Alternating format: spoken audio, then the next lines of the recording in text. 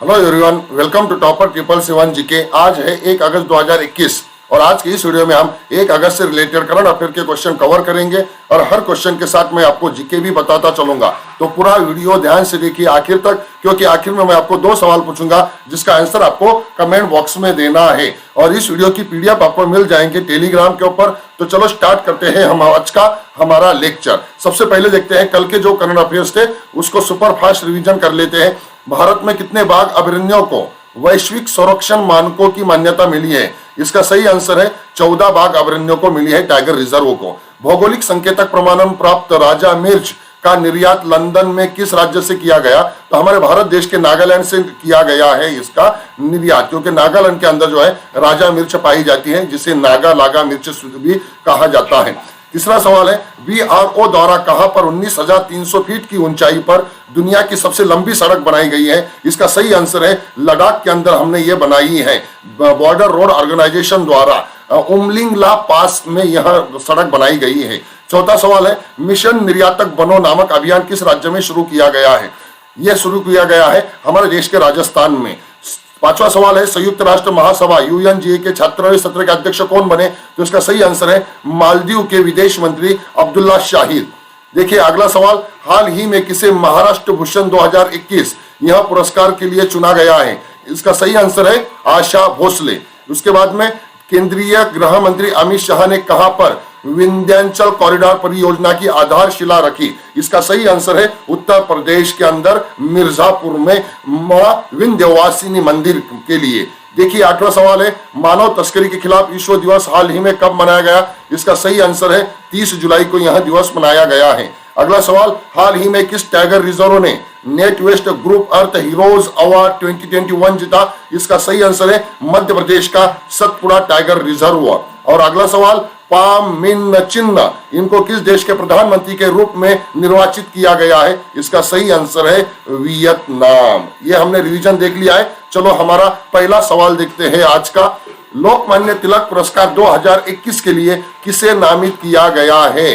लोकमान्य तिलक पुरस्कार, इसका सही आंसर है सीरम इंस्टीट्यूट ऑफ इंडिया के संस्थापक साइरस पूनावाला को इस पुरस्कार के लिए नामित किया गया है। यह है आपके सामने साइरस पूनावाला। साइरस पूनावाला जो है serum institute of India Pune के संस्थापक व्यवसायी है और उन्होंने जो है कोविड-19 महामारी के दौरान उनके जो किए गए काम है उस काम के लिए उन्हें यह पुरस्कार से नवाजा गया है। उनकी जो कंपनी है सीरम इंस्टीट्यूट ऑफ इंडिया ने कोविशील्ड वैक्सीन बनाकर फिर देश में नागरिकों को सस्ती कीमत पर दवा उपलब्ध कराई है। उनके इस कार्य के लिए उन्हें राष्ट्रीय लोकमान्य तिलक पुरस्कार दिया गया है। यह जो राष्ट्रीय लोकमान्य तिलक पुरस्कार है प्रति वर्ष 1 अगस्त को दिया जाता है, क्योंकि 1 अगस्त को लोकमान्य तिलक जो हमारे स्वतंत्र सेनानी थे इनकी पुण्यतिथि होती है, क्योंकि 1 अगस्त 1920 को उनको निधन हुआ था। ओके, पुरस्कार विजेता को 1 लाख रुपए नगद दिए जाते हैं और स्मृति चिन्ह दिया जाता है। यह पुरस्कार पहली बार 1983 में प्रदान किया गया था और यह जो पुरस्कार है लोकमान्य तिलक स्मारक ट्रस्ट पुणे की तरफ से दिया जाता है। हाल ही के कुछ सालों में यह पुरस्कार किसे दिया गया है हम ये देखेंगे। देखिए 2017 के अंदर यह पुरस्कार पतंजलि के आचार्य बालकृष्ण को दिया गया था। 2018 में यह पुरस्कार इसरो के हमारे अध्यक्ष के सिवान इनको दिया गया था।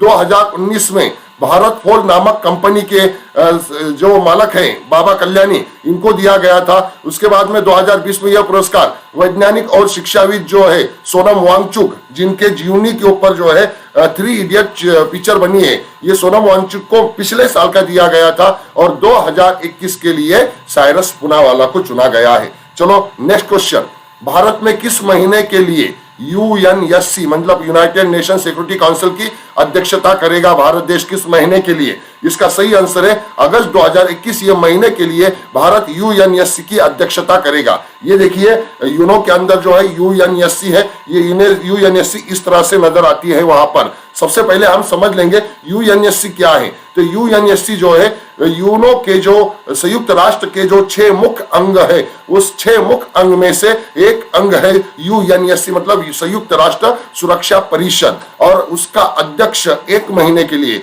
जो है हमारा भारत देश रहने वाला है और वो महीना है अगस्त 2021। इस दौरान अपना भारत देश जो है राष्ट्र आतंकवाद, समुद्री सुरक्षा, शांति स्थापना के 3 प्रमुख क्षेत्रों में विभिन्न कार्यक्रमों की मेजबानी करेगा। 1 जनवरी 2021 से 31 दिसंबर 2022 ये 2 साल के लिए कार्यकाल के लिए भारत सुरक्षा परिषद का एक अस्थायी सदस्य है।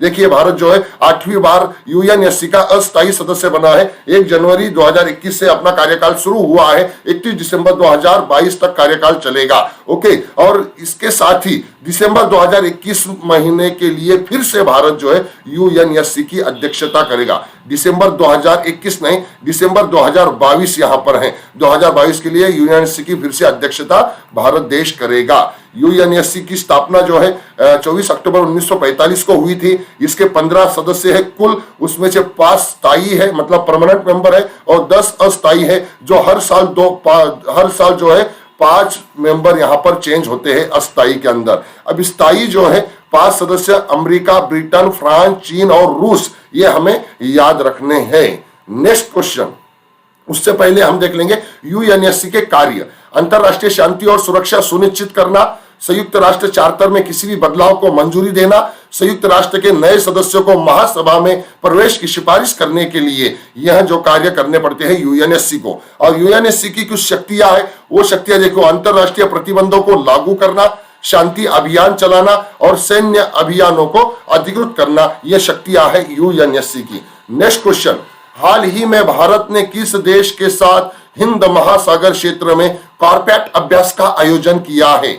इसका सही आंसर है ऑप्शन डी, इंडोनेशिया। इंडोनेशिया के साथ भारत ने जो है कॉर्पेट अभ्यास का आयोजन किया है। ये देखिए, हमारा इस तरह से जो है आईएनएस सरयू, ये आपके सामने जो नजर आ रहा है, ये आईएनएस सरयू जो है इस अभ्यास में शामिल हुआ था। भारत और इंडोनेशिया के बीच का यह जो कॉर्पेट अभ्यास है, इस साल का 36वां संस्करण है, जो 30 और 31 जुलाई 2021 को हिंद महासागर क्षेत्र में आयोजित किया गया। भारत की तरफ से इसके अंदर आईएनएस सरयू और इंडोनेशिया की तरफ से इसके अंदर KRI बंगटोमो, इन्होंने जो है इसके अंदर हिस्सा लिया। कोविड-19 महामारी के मद्देनजर गैर संपर्क समुद्र में केवल अभ्यास के रूप में आयोजित किया गया है यह इस बार। और यह जो कॉर्पेट है इंडोनेशिया के साथ हमारे भारत देश का, हर वर्ष में 2 बार आयोजित किया जाता है। 2002 से इसका आयोजन हम करते हैं। यह जो है समुद्री सीमा रेखा के साथ भारत और इंडोनेशिया का एक समन्वित गश्त है। इसका जो उद्देश्य है वाणिज्यिक शिपिंग, अंतरराष्ट्रीय व्यापार और वैश्विक समुद्री गतिविधियों के संचालन के लिए हिंदी महासागर क्षेत्र को स्वकुशल और सुरक्षित रखना, यह इसका उद्देश्य है।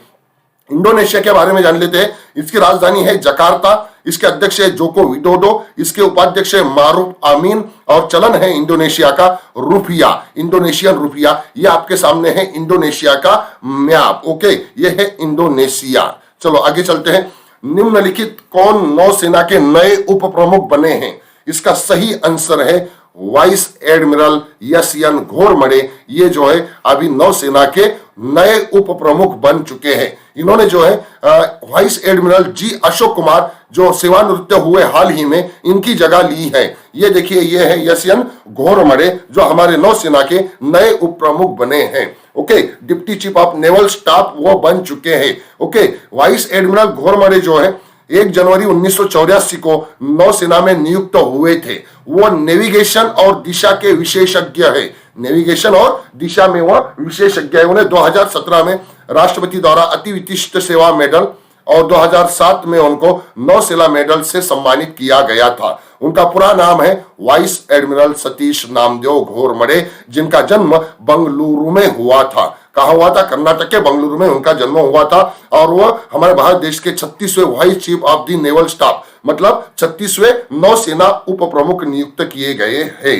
हमारे नौसेना के बारे में अगर देखा तो इसकी स्थापना जो है 1612 में हुई थी। और नौसेना का जो फादर है, फादर ऑफ इंडियन नेवी, जो फादर माना जाता है वो माना जाता है छत्रपति शिवाजी महाराज। ओके, मुख्यालय है इसका नवी दिल्ली में। मोटो है श नो वरुण। और नौसेना प्रमुख एडमिरल करमबीर सिंह है अभी फिलहाल के। ओके, नौसेना प्रमुख कौन है? Admiral Karambir Singh. Next question, कृषि करना परियोजना किस राज्य में शुरू की गई? कृषि करना परियोजना, इसका सही आंसर है केरल के अंदर जो है कृषि कर्ण परियोजना शुरू की गई है। ये देखिए, यह जो कृषि कर्ण नामक परियोजना जो हाल ही में केरल में शुरू की गई है, यह जो योजना है इसके तहत मिनी पॉली हाउस बनाए जाएंगे, जो कि एक प्रकार का ग्रीन हाउस रहेगा। मतलब जो कृषि के लिए जो यूज होता है ग्रीन हाउस, वो बनाया जाएगा इस परियोजना के अंतर्गत। यह national society for agriculture horticulture मतलब YSHS और सस्टेनेबिलिटी फाउंडेशन तिरुवनंतपुरम और कोर 3 इनोवेशन की संयुक्त पहल है। YSHS जो सरकार द्वारा मान्यता प्राप्त एक सरकारी संगठन है केरल के अंदर, उसके साथ ही सस्टेनेबिलिटी फाउंडेशन जो है तिरुवनंतपुरम बेस्ड एक गैर सरकारी संगठन है, और कोर 3 एक स्टार्टअप कंपनी है। तो कृषि करने के तहत 2.5% जमीन पर जो है छोटा पॉली हाउस बनाया जाएगा, जिसकी कुल लागत होगी 2,35,000 रुपए की कुल लागत से वहां बनाया जाएगा। और इन मिनी पॉली हाउस में लंबी फलियां, टमाटर, सलाद, खीरा, शिमला मिर्च और हरी पत्तेदार सब्जियां उगाने की योजना है। ओके, तो इस तरह से जो है केरल के अंदर है, ये है हमारा केरल। ओके, केरल की राजधानी है तिरुवनंतपुरम, केरल के मुख्यमंत्री है पिनरई विजयन। ओके, चलो आगे देखते हैं। टोक्यो ओलंपिक 2020 में भारत के लिए दूसरा मेडल किसने जीता? टोक्यो ओलंपिक 2020 में हमने दूसरा मेडल जीत लिया है, और हमारे देश के लिए दूसरा मेडल फिर से एक बार नारी शक्ति ने हमें दिला के दिया है, और वो नारी शक्ति है पीवी सिंधु। पीवी सिंधु ने जो है हमें दूसरा मेडल दिला दिया है। ये देखिए, ये है हमारी देश की आन बान शान पीवी सिंधु, जिन्होंने जो है टोक्यो ओलंपिक में हमें ब्रांज मेडल दिला दिया है। ओके, देखिए टोक्यो ओलंपिक 2020 में जो है मीराबाई चानू सैकोम के बाद भारत के लिए दूसरा मेडल बैडमिंटन में पीवी सिंधु ने जीता है। उन्होंने जो है व्यक्तिगत कांस्य पदक जीता है, और ओलंपिक के 125 वर्षों के इतिहास में भारत की तरफ से 2 पदक जीतने वाली पहली महिला बन गई है वो। अभी तक कोई भी महिला ने 2 पदक ओलंपिक में नहीं जीते हैं। पीवी सिंधु भारत की तरफ से 2 पदक जीतने वाली ओलंपिक में पहली महिला बन गई है। पीवी सिंधु ने लगातार 2 ओलंपिक में व्यक्तिगत पदक जीते हैं, और ऐसा करने वाली भी वो पहली महिला और दूसरी भारतीय है। पहली महिला है लगातार 2 ओलंपिक में 2 पदक जीतने वाली। पहले जो सुशील कुमार थे, उन्होंने जो है तो लगातार 2 ओलंपिक में 2 पदक हमें दिलाए थे। पीवी सिंधु ने 2016 के रियो ओलंपिक में रजत पदक जीता था। अभी उन्होंने जो है कांस्य पदक जीता है, मतलब ब्रॉन्ज उन्होंने जीता है। पीवी सिंधु के बारे में अगर हम देखेंगे तो उनका जन्म देखो 5 जुलाई 1995 को हुआ था हैदराबाद में, जो फिलहाल तेलंगाना में है। जब उनका जन्म हुआ था, जब यह आंध्र प्रदेश था। इनका पूरा नाम है पूसरला वेंकट सिंधु। खेल प्रकार है इनका बैडमिंटन। ओके, इन्होंने हाल ही में बहुत सारे पदक जीते हैं, जैसे 2016 में रियो ओलंपिक में सिल्वर, 2021 के टोक्यो ओलंपिक में ब्रॉन्ज, 2013 और 2014 के वर्ल्ड चैंपियनशिप में उन्होंने ब्रॉन्ज जीता था दोनों साल में। 2017-18 के वर्ल्ड चैंपियनशिप में इन्होंने सिल्वर जीता था। 2019 के वर्ल्ड चैंपियनशिप बासेल में हुई थी, यहां पर इन्होंने गोल्ड जीता था। 2018 के एशियन गेम में उन्होंने सिल्वर जीता था। 2014 के एशियन गेम में उन्होंने ब्रॉन्ज जीता था। 2018 के कॉमनवेल्थ गेम में उन्होंने सिल्वर जीता था। ये सब व्यक्तिगत उनके पदक है। उसके साथ उन्होंने जो है दुहेरी में भी पदक जीता हुआ है। ओके, पीवी सिंधु को बहुत सारे पुरस्कार भी मिले हुए हैं, जैसे 2020 में उनको पद्म भूषण दिया गया था। 2016 में जब उन्होंने रियो में पदक जीता था, तब उनको राजीव गांधी खेल रत्न दिया गया था। 2015 में उनको पद्मश्री दिया गया था। 2013 में उनको अर्जुन पुरस्कार दिया था। अभी उन्होंने पद्म विभूषण अपना पक्का कर लिया है। तो यह है पीवी सिंधु हमारी। चलो अगला सवाल, इसरो भारतीय अंतरिक्ष अनुसंधान संस्थान किस देश के अंतरिक्ष एजेंसी के साथ मिलकर संयुक्त रूप से निसार उपग्रह 2023 में लॉन्च करेगा? इसका सही आंसर है अमेरिका। अमेरिका के साथ, अमेरिका की जो नासा है, इस नासा के साथ जो है नासा और भारत दोनों देश मिलके निसार उपग्रह लॉन्च करने वाले हैं। इन दोनों अंतरिक्ष एजेंसियों की यह संयुक्त पहल है। देखिए, इसरो और नासा संयुक्त मिशन निसार, जिसे निसार के अंदर NI मतलब नासा और इसरो, यस मतलब सिंथेटिक, ये मतलब अपार्चर और R मतलब रडार, इस तरह से इसका पूर्ण रूप है। ये उपग्रह 2023 की शुरुआत में लॉन्च किया जाएगा। ओके, इसका उद्देश्य है उन्नत रडार इमेजिंग का उपयोग करके भूमि की सतह में परिवर्तन का वैश्विक माप करना। और निसार जो है इसरो और नासा के बीच एक संयुक्त पृथ्वी अवलोकन मिशन है। इसका उपयोग ध्रुवीय, क्रायोस्फीयर और हिंद महासागर क्षेत्र सहित पूरी पृथ्वी के वैश्विक अवलोकन के लिए इसका उपयोग किया जाना है। इसरो के बारे में देखते हैं। इसरो की गठन जो है 15 अगस्त 1969 को की गई थी। इसका मुख्यालय बंगलुरु में है। अभी फिलहाल के चेयरमैन है वर्तमान में के सिवान। ओके, नासा के बारे में अगर देखेंगे, इसका गठन हुआ था 29 जुलाई 1958 और इसका मुख्यालय वाशिंगटन में है। चलो नेक्स्ट क्वेश्चन, अमेरिकी राष्ट्रपति ने किस भारतीय मूल के अमेरिकी को एम्बेसडर एट लार्ज के रूप में नामित किया है? इसका सही आंसर है राशिद हुसैन। यह भारतीय मूल के अमेरिकी हैं। देखते हैं, ये देखिए आपके सामने जो है ये है राशिद हुसैन। देखिए उनको जो है अमेरिका के राष्ट्रपति जो बाइडेन ने एम्बेसडर एट लार्ज के रूप में नामित किया गया है। अब ये एम्बेसडर एट लार्ज क्या होता है? तो इसे विशेष जिम्मेदारियां दी जाती है। जैसा एक देश का दूसरे देश में एम्बेसडर होता है, तो इसको दूसरे देश में या किसी खास देश के लिए नियुक्त नहीं किया जाता, वो अमेरिका के अंदर ही होता है। इसका काम जो होता है, काम है अंतरराष्ट्रीय धार्मिक स्वतंत्रता को बढ़ावा देना, यह इसका काम होता है। और इस पद के ऊपर राशिद हुसैन इस पद पर नामित होने वाले पहले मुस्लिम हैं। वर्तमान में वह राष्ट्रीय सुरक्षा परिषद में भागीदारी और वैश्विक जुड़ाव के निदेशक के तौर पर काम कर रहे थे। तो हमें ये याद रखना है, भारतीय वंशीय या भारतीय मूल के अमेरिकी राशिद हुसैन। अगला सवाल, हाल ही में विश्व रेंजर दिवस कब मनाया गया? जो रेंजर होते हैं उनके लिए एक दिवस मनाया जाता है, तो वह दिवस हाल ही में कब मनाया गया? इसका सही आंसर है 31 जुलाई 2021 को हमने जो है विश्व भर में जो है विश्व रेंजर दिवस मनाया है। ये देखिए वर्ल्ड रेंजर डे जुलाई 31 को यह मनाया जाता है। और इसका जो मुख्य उद्देश्य है, इसका मुख्य उद्देश्य है कि ड्यूटी के दौरान मारे गए या घायल हुए रेंजरों की याद में और दुनिया की प्राकृतिक और सांस्कृतिक विरासत की रक्षा के लिए रेंजर्स द्वारा किए गए कार्य का जश्न मनाने के लिए यह मनाया जाता है। 31 जुलाई को क्यों मनाया जाता है? क्योंकि 31 जुलाई 1992 को इंटरनेशनल रेंजर फेडरेशन की स्थापना हुई थी। ओके, मतलब अंतरराष्ट्रीय रेंजर महासंघ हम उसे कह सकते हैं। तो यह इसलिए 31 जुलाई की तारीख यहाँ पर फिक्स की हुई है। और विश्व रेंजर दिवस अपनी पहली बार जो है 2007 में मनाया गया था। और यह दिवस अंतरराष्ट्रीय रेंजर महासंघ द्वारा मनाया जाता है। इसलिए हमें याद रखना है विश्व रेंजर दिवस जो है वो 31 जुलाई को मनाया जाता है। नेक्स्ट क्वेश्चन है, देखो, एक ही ओलंपिक गेम में 7 पदक जीतने वाली पहली महिला तैराक कौन बनी है? ओके, इसका सही आंसर है ऑस्ट्रेलिया की एम्मा मैककॉन। इन्होंने टोक्यो ओलंपिक के अंदर जो है अभी 7 पदक हासिल कर लिए हैं।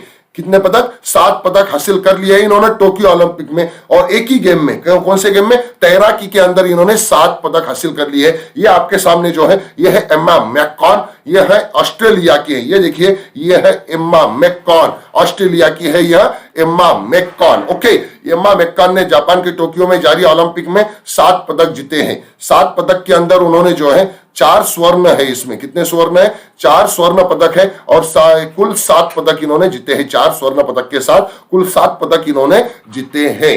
ब्रिस्बेन की है ये 27 वर्षीय एम्मा मैककॉन। और एक ही गेम में 7 पदक जीतने वाली वह पहली महिला तैराक बन गई है। ऐसा करने वाले पहले 3 पुरुष है, लेकिन महिला खिलाड़ी ने यह पहली बार यह कमाल किया है। एक ही ओलंपिक में 7 पदक जीतने वाले पहले जो 3 पुरुष है, उसमें देखो माइकल फेल्प्स है, मार्क स्पीडीज है और मैट बियोंडी है। और इसमें सबसे ऊपर का स्थान जो आता है वो माइकल फेल्प्स का आता है, क्योंकि उन्होंने एक ही ओलंपिक में 7 स्वर्ण जीते। अभी कल जो मैंने आपको 2 सवाल पूछे थे उसका आंसर मैं आपको बता देता हूं। राजीव गांधी ग्रामीण भूमिहीन कृषि मजदूर न्याय योजना यह जो है छत्तीसगढ़ के अंदर शुरू की जानी है। और इसमें जो है जो भी भूमिहीन कृषि मजदूर है उनके लिए सालाना 6,000 रुपए सरकार की तरफ से दिए जाएंगे। और AI फॉर ऑल इस पहल को इंटेल नामक जो कंपनी है, चिप बनाने वाली कंपनी, इस कंपनी ने शिक्षा मंत्रालय और सीबीएसई के सहयोग से शुरू करने की घोषणा की है हमारे शिक्षा मंत्रालय ने। और आज के लिए आपको 2 सवाल, क्वेश्चन ऑफ द डे, इसका आंसर आपको कमेंट बॉक्स में देना है। देखिए, पहला बार है ओलंपिक में लगातार 3 गोल बनाने वाली पहली भारतीय महिला हॉकी खिलाड़ी कौन बनी है? ओलंपिक में लगातार 3 गोल बनाने वाली पहली भारतीय महिला हॉकी खिलाड़ी, उसका आंसर आपको कमेंट बॉक्स में देना है। और विश्व स्तनपान सप्ताह हर साल कब मनाया जाता है? इसका आंसर आपको कमेंट बॉक्स में देना है। तो दोस्तों, आज का इस वीडियो में हम इतना ही देखेंगे। आपको इस वीडियो अगर पसंद आया है यह वीडियो, तो इस वीडियो को जो है लाइक कीजिए और ज्यादा से ज्यादा शेयर कीजिए। सारे जो कॉम्पिटिटिव एग्जाम करने वाले हमारे स्टूडेंट हैं, विद्यार्थी हैं, उन विद्यार्थियों तक इस वीडियो को पहुंचाइए और हमारे इस चैनल को, टॉपर 777 जीके चैनल को सब्सक्राइब कीजिए और बेल आइकन भी दबा दीजिए, क्योंकि जो नए नए वीडियो मेरे आएंगे उसका नोटिफिकेशन आपको मिलता रहे। तो आज के लिए इतना ही, मिलते ही अगले वीडियो में। तब तक के लिए जय हिंद, जय भारत।